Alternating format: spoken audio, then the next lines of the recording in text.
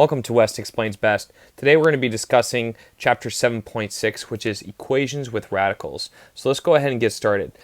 A radical equation is the first thing we need to understand, and that's simply an equation with a root sign or a radical sign. So an equation with a radical. So this could be a square root, it could be a cubed root, okay, it could be any sort of root, really.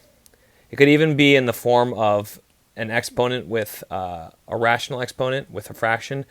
Those are all radical equations. So the power rule. The power rule is a tool that helps us deal with solving radical equations. And essentially that means that you can raise both sides of equal sign to the same power. So it's almost like multiplying both sides by the same number, dividing both sides by the same number. So it's very much in the same way that you would, if you had something like this, you would divide both sides by 2. So in the same way, you can raise both sides to the same power to solve some of these radical equations. The only issue with that is you're going to have something called proposed solutions.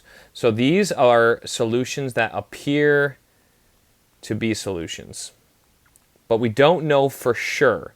What we have to do is at the end, we have to check our answers. Now, an extraneous solution is a proposed solution that doesn't satisfy the original equation. Or you can say that doesn't work for original equation. Okay. So let's move on to how do we solve these step by step. So the first step is you're always going to want to isolate the radical. So if you look at this first example, you're going to see the radical is already by itself. There's nothing else there. Same thing for number 2, but if you look at this one, notice how the radical is not by itself. They already have this plus 3 out there, so you need to get rid of anything that's in addition to the radical on its side of the equal sign.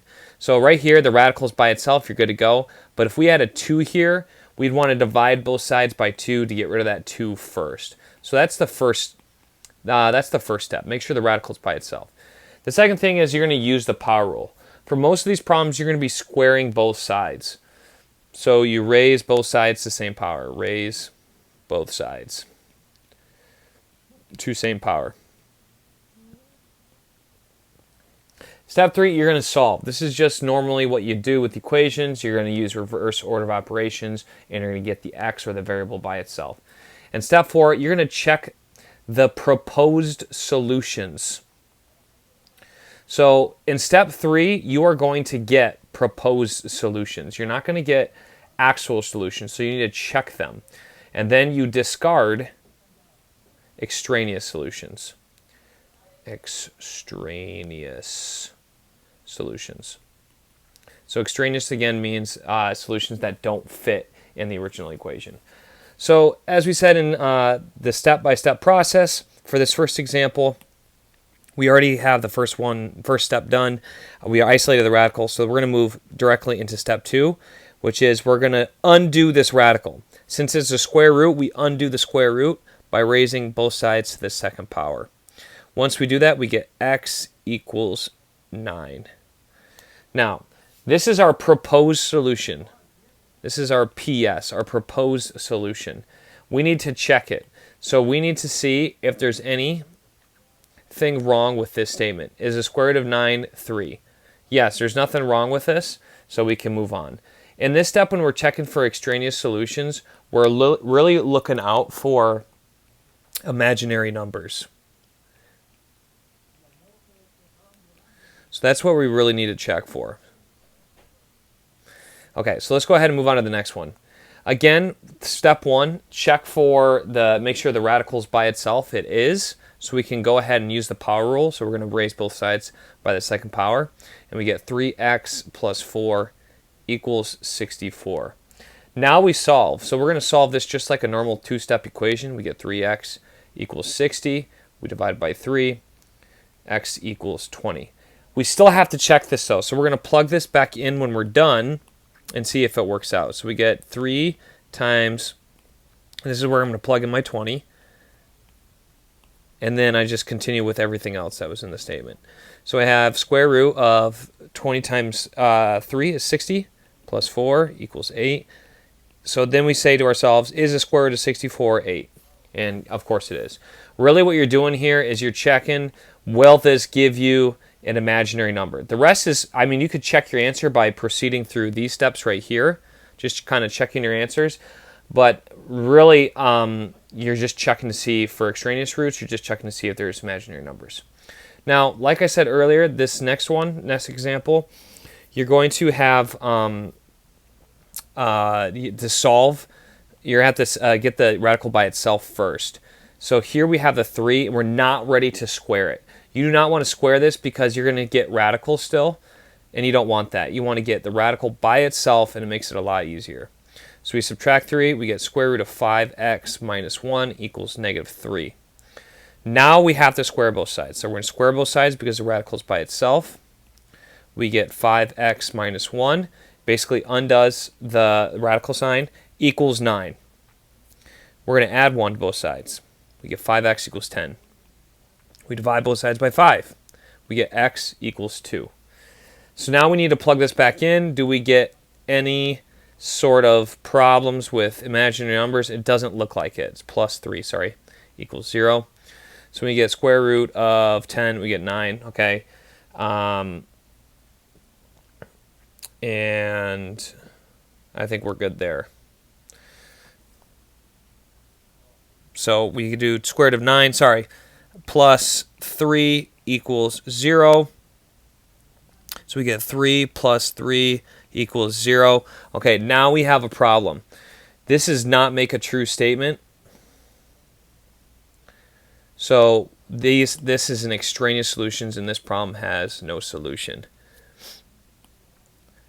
So this is the other case that has extraneous solutions. When we have a square root equal to a negative number on the other side, this is kind of like when we have an imaginary number situation. So this is when we have an extraneous solutions. And you can see right here, that doesn't make sense. So this is an extraneous solution, and this problem has no real solutions. No real solutions. Okay, so I'm glad we got an example of where there's no real solutions. So here's an example with squaring a binomial. So as you can see here, we have the radical by itself, but now we have all this stuff on the other side of the equal sign. So we have this x plus 2, and you're going to notice that it's going to make things a little bit more complicated. So, but the process stays the same. We got the radical by itself, so we trust in the process. We square both sides. When we do that, we get 4 minus x. It undoes the radical. And then we have a binomial here. So we have to FOIL this. If you're not familiar, I always recommend writing it out in parentheses, but you're going to get x squared plus 4x plus 4. Now, once you get here, you solve it just like we did with our binomials. So you might need to review that if you don't remember. But we're going to first start by getting plus x to both sides, and we're going to subtract 4 from both sides. So we get 0 equals x squared plus 5x and plus 0. So we don't really need to write the plus 0. So now we have x squared plus 5x. We need to factor out a term. We see that this has an x, this has an x, so we're going to factor out an x. What's left inside the parentheses? We have x plus 5 equals 0. Now we're going to set the green x equal to 0. And we see what makes this go to 0 is 0. So x equals 0. That's one of our proposed solutions. And then we're going to set x plus 5 equal to 0. We subtract 5, we get x equals negative 5, and that is another one of our proposed solutions. So we need to check these, though. So when we check these, we get square root of 4, let's try 0 first, minus 0 equals 0 plus 2. Is the square root of 4 equal to 2? Yes, it is. So first one's good. Now let's check negative 5. So we have square root of 4 minus a negative 5. Is that equal to negative 5 plus 2? So we have square root of 9 equals negative 3. Is the square root of 9 negative 3? Well, one of the solutions is negative 3, so we're actually good there. So this is good too, because keep in mind, if we have square root of 9, that's positive and negative 3, so we're fine. So that is a good solution. So both negative 5 and 0 work for this case. We're on to our last example. You'll notice that it's not a square root, it is a cube root. So what we have to do is we have to cube both sides. Now, normally, if we cube both sides, we're going to have problems, particularly if we have something like this, x plus 2 on their side, because then we'd have to cube that. You generally won't see that unless it's like a really advanced problem, but you may. So just keep that in mind, but in this tutorial, we're not going over that. So we cube both sides, and it undoes the cube root. So we do z plus 5 equals 2z minus 6. We need to get the z's together. We're going to subtract z. I get 5 equals z minus 6. I add 6. And I get 11 equals z. So now I need to check my answer. So I put in 11, and I get 11 plus 5, cube root of that, equals the cube root of 2 times 11 minus 6. So I get cube root of 16, what times itself 3 times equals 16, is that the same thing as cube root 22 minus 6 is 16. So I get the same answer there. We're good. Okay, proposed solution checks out. I didn't need to solve it any further just because see how it matches. So we get z equals 11, and that's our answer. Join us next time when we talk about complex numbers. In the meantime, be good, be kind, be true, be nice, and be honest, and have a wonderful day. See ya.